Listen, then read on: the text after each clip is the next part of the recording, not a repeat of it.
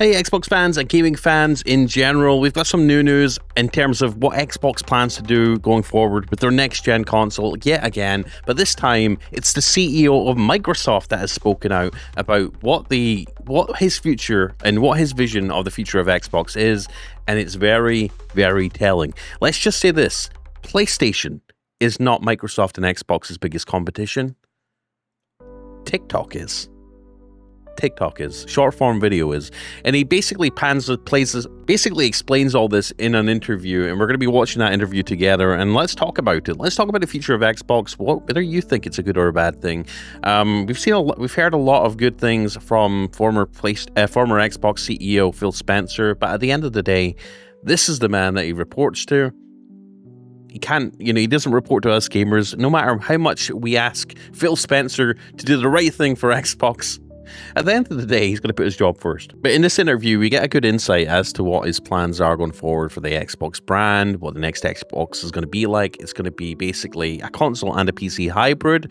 They've got a lot of interesting, curious plans about the next Xbox, and we're going to get a little insight in this video. But before we go watch it together, please consider liking, subscribing, and clicking the bell icon. We cover Xbox, we cover gaming, we cover tech every day on the channel, multiple times a day, and I also stream as well. So come join us for the ride as you sit there and ponder and think, who is this asshole? I'm not subscribing to him. Please do. So before we watch the video, this article comes courtesy of Windows Central, right? Satya Nadella went on to echo previous comments from Xbox Game Studios lead Matt Booty and PlayStation alumni Sean Layden, noting that short-form video is gaming's biggest competition rather than other gaming platforms. He also said he was looking forward to the next Xbox console and said that ensuring Xbox has good margins is what will help drive innovation. And from what I understand, they're looking for like 30% margins on every game that first-party Xbox studios make. So they need at least a 30% profit over the development cost, which is a pretty big profit margin as far as the industry standard goes. 30% profit on top of development costs. So that's a pretty big margin, and that's what he sees as the future of Xbox and driving them forward to make more games and more franchises and stuff like that. So let's watch the interview together and let's talk about it. The topic of changing business model, shifting your business model. It seems like the console wars are over. Take me through the journey. It's kind of sad they're over. The peacetime CEO. But take me through the evolution of the business model shift on the gaming side of the business. It's one of the most interesting pieces of Microsoft. Yeah, I mean, I think you've got to remember, in fact, Flight Simulator, I think, was the first product Microsoft built, even before, I think, our DevTools was first. Yeah. Flight Simulator was second. That says so much about the culture. Yeah, it is. It's just like, as soon as you gave the developers the ability to write code, they were like, let's make a game. It's amazing. And so, to me, remember, the biggest gaming business is the Windows business. Yeah. The biggest gaming business is the Windows business. To us, gaming on Windows. Yeah. And of course, Steam has built a massive marketplace on top of it and done a very successful job of it. That's interesting. That's telling that he's bringing up Steam. If you don't know what Steam is, it's a platform for games, buying games. It's just a really great community app on Windows. It is the de facto store for games. I mean, forget the Windows Store. As much as Windows and Microsoft would love the Windows Store and the Xbox app on Windows to be the de facto place to buy games on PC, unfortunately for them, it's Steam, and Steam has made a lot of money from it. They've obviously sold the Steam Deck just recently. With shipping without Windows, it's running Linux and Steam OS. But Steam's done very well for themselves, and they make all their money basically just selling games on Windows. They take a cut of every developer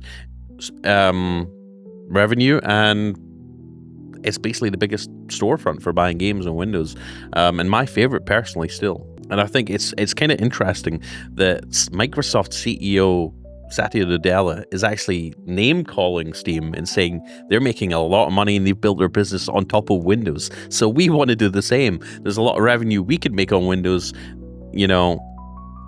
that Steam's making. So is this a play at Steam? Are they trying to compete with Steam? So to us, the way we are thinking about gaming is, first of all, now we're the largest publisher. Yeah. After the Activision. So Yeah, they are the biggest publisher after Activision. Therefore, we want to be a fantastic publisher. Similar approach to what we did with Office. Yeah. We're going to be everywhere in every platform. So we want to make sure, whether it's consoles, whether it's the PC, whether it's mobile, whether it's cloud gaming, or the TV. So we just want to make sure the games are being enjoyed by gamers everywhere. Yeah. Second, we also want to do innovative work in the system side, on the console and on the PC.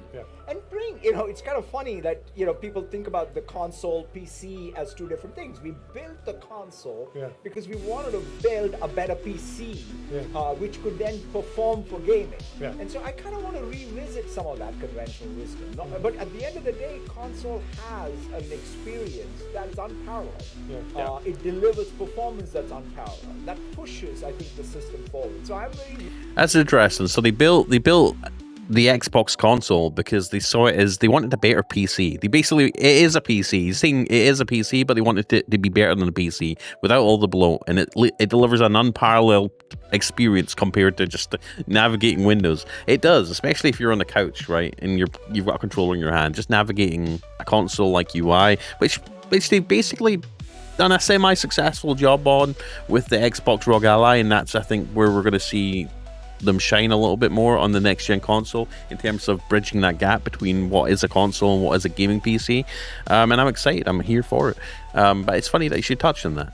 Next console, the next PC gaming, but most importantly, the game business model has to be where we have to invent maybe some new interactive media as well. Because after all, gaming's competition is not other gaming. Gaming's competition is short-form video. Oh, that's telling. So basically, PlayStation, you're not competition to us. The real competition is people's eyeballs being distracted by TikTok. So TikTok's basically gaming's biggest competitor right now isn't, PlayStation, Nintendo. It's just getting people's eyeballs on what they're making. And what's taking most people's attention span right now? It's short form video, YouTube Shorts, TikTok. That's kind of interesting that you said that. I've never seen anyone frame it that way. There was us thinking the console wars were a thing, whereas Satya Nadella, the head of Microsoft, were like, no, PlayStation's... We're not worried about PlayStation. We're worried about TikTok. Because if people are watching TikToks, they're not playing Xbox games. And that is costing us money. And so if we as an industry don't continue to innovate, both how we produce, what we produce, how we think about distribution, the economic model, right? Best way to innovate is to have good margins. Because that's the way you can fund. So interesting saying gaming's competition is short form video. Feels like the entire world's competition is short form video. Restream, one live stream. That's so true. The entire world's competition is short form video right now, even as the YouTubers. So yeah, how do you beat short form video? So basically, it confirms what we'd been saying all along: is that Xbox's focus isn't so much as making a console-only experience. Their focus is making a platform that can run all their games anywhere, everywhere. They want to make. I think cloud's going to be bigger going forward. They want to make their games available on any platform. They want to reap the rewards, their development costs of and the work they put on their games. They want to make that from the software side of things, and they want to give everyone the platform, anyone that wants a platform to play their games, a platform, and that's why they're still focused on Xbox. But they're starting to think, you know what, why are we investing tens of millions, hundreds of millions in developing a small ecosystem like, the Xbox with the walled gardens, forcing people to buy an Xbox to play Xbox software, when we can just put all our software everywhere. And for people that maybe don't want a PlayStation, that don't want to play their Xbox games on their phone, we'll give them a device that can do that. And that seems to be the way it's going. And by the way to do that is basically to make an affordable gaming PC, and that's what the next Xbox is going to be. And as Windows Central points out here, Satya likes to talk, but his track record for consumer products is weak.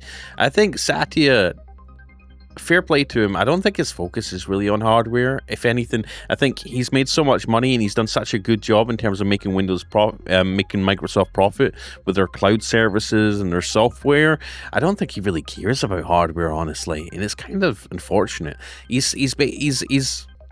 He's not letting a lot of Microsoft abandon their hardware goals and visions, but he's not putting a lot of effort and time into them, if that makes sense. I mean, the fact that they basically contracted Asus to make their handheld says it all, right? Their focus isn't on the hardware at all. It's mainly software, and it's kind of unfortunate. I think as Xbox fans and Xbox in general is kind of hanging on with their teeth, trying to trying to make the case for Xbox to make a console, because I think if it was up to Satya, I think he would rather just get rid of the hardware division altogether and just not make another Xbox. But the Xbox community wants another Xbox.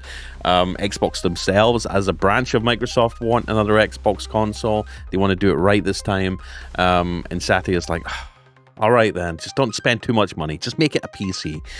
Slap Windows on it, add a software overlay on it, and allow it to be a platform for selling our Xbox Game Pass and software products. I think he's begrudgingly making a new Xbox, but he's still making a new Xbox, which is good. And he famously once said he wanted people to go from using Windows to loving Windows. And Windows is arguably less popular amongst consumers than it has ever been. And a big part of that is the lofty hardware requirements for Windows 11, the glut of data harvesting, telemetry, aggressive bundled apps and services has made the entire Windows platform into a global pariah, at least outside of B2B circles. Satya Nadella and shareholders obviously care more about. Satya Nadella seems unaware that PC gamers use Windows because they have no choice, and absolutely not because they love it. It's in this consumer hostile gulf that Xbox finds itself adrift, struggling to connect with its audience it spent over 10 years trying to repair a relationship with. Price hikes, aggressive layoffs, ditching all forms of platform exclusivity, it's all engineered to boost those margins Satya Nadella claims will deliver innovation. What exactly will that look like for consumers? Microsoft has what seems to be a strong vision for Xbox's future, an open Xbox that can run all video games from all storefronts, and it could be the panacea. Xbox needs to maintain some form of differentiation from PlayStation and the inevitable SteamOS console from Valve. There is a huge if attached to that vision, though Xbox's faithful today want a console experience first. They don't want to jump through driver issues, use the task manager, or connect a mouse and keyboard to access basic functionality. The Xbox Ally is Microsoft's canary in the gold mine for this vision, but it's a rough experience as of writing. The only reason I'm writing this right now is because Xbox Game Pass Ultimate entitlement seems to be broken, so instead of gaming, I ended up checking Slack and seeing what work needed to be done. There were no error messages on my Xbox Ally to see that Microsoft was having issues. Simply wouldn't load, buttons simply didn't work, and the UI was locking up as the APIs couldn't connect to Microsoft servers properly.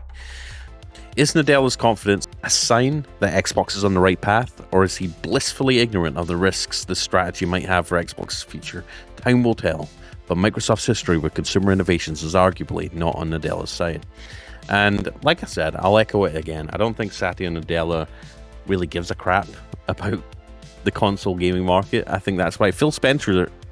I feel bad for Phil Spencer, because Phil Spencer, he's such a good guy. He's like fully Xbox focused. He plays a lot of games. Same with Sarah Bond. You know, you can tell they love the brand and that they want the best for the brand, and that they've been eerily silent when a lot of these decisions have been going on. I think the decisions are coming down from Satya. He just wants to make money off software and services. That's his focus. He's a corporate guy, right? He wants to make money. He wants to make profits. And making profits comes at the expense of destroying brand reputation. I don't think it gives a crap, honestly. I think as Xbox fans, we want a dedicated handheld from Xbox themselves, not a third-party one like the Asus ROG Ally. I think as Xbox fans, we want a new console. We want exclusives to go with that console, just because that's the way we grew up, right? We want that console competition because it drives the industry forward and makes innovation better. You know, Satya Nadella seems to think profits and profit margins drive innovation. It's competition that drives innovation. And if Microsoft just bows out of competing with PlayStation and goes their own route, I don't know how that's going to affect. I don't know if it's going to shoot them in the foot. PlayStation seemed to be well positioned. Either way, I don't know. It just feels like Xbox isn't on the gamer side. They're just using Xbox as Microsoft, I should say, are just using Xbox as a vehicle to improve their profits and boost their profits for investors and to fund this whole new AI thing. And to PlayStation's credit, whether you like PlayStation or not, at least their entire core business model is PlayStation, making hardware, making consoles, making peripherals for their consoles. I hate to say it because I'm a massive Xbox fan. Xbox 360 to this day is one of my favorite home consoles. It pains me to say this, but I think PlayStation's in a better position in terms of like community. feel and just how much they're supporting the community. They're gaming first. All right, they're not trying to push all their other PlayStation services. Gaming is their bread and butter. And whether you love or hate them, they've been nailing it. They've been checking all the boxes lately in terms of their franchises, and I'm seeing their franchises come to PCs now. Pretty cool too. Yeah, I don't know. I'm in a weird position. I feel kind of weird about this whole thing. But yeah, let me know your thoughts in the comments down below. Sorry for the ranty, rambly video. It's just disheartening, I guess. The longer we go on, it just feels like Xbox keeps making a bad decision after bad decision. And it's so profit focused, and they're buying a lot of the studios, they're buying a lot of publishers, Activision, Blizzard, they're doubling down on software, and that's a good thing. Good software is good, and if they're making bad games, which they have been for a while, that shouldn't be tolerated. And from that aspect of it, I'm sure Satya wants better games because he wants more profits, but there's a dark side to it too. Anyways, I'm Blaze. Let me know what you think in the comments. Like, subscribe, click the bell icon. I don't mean to be a bummer. Anyways, peace out.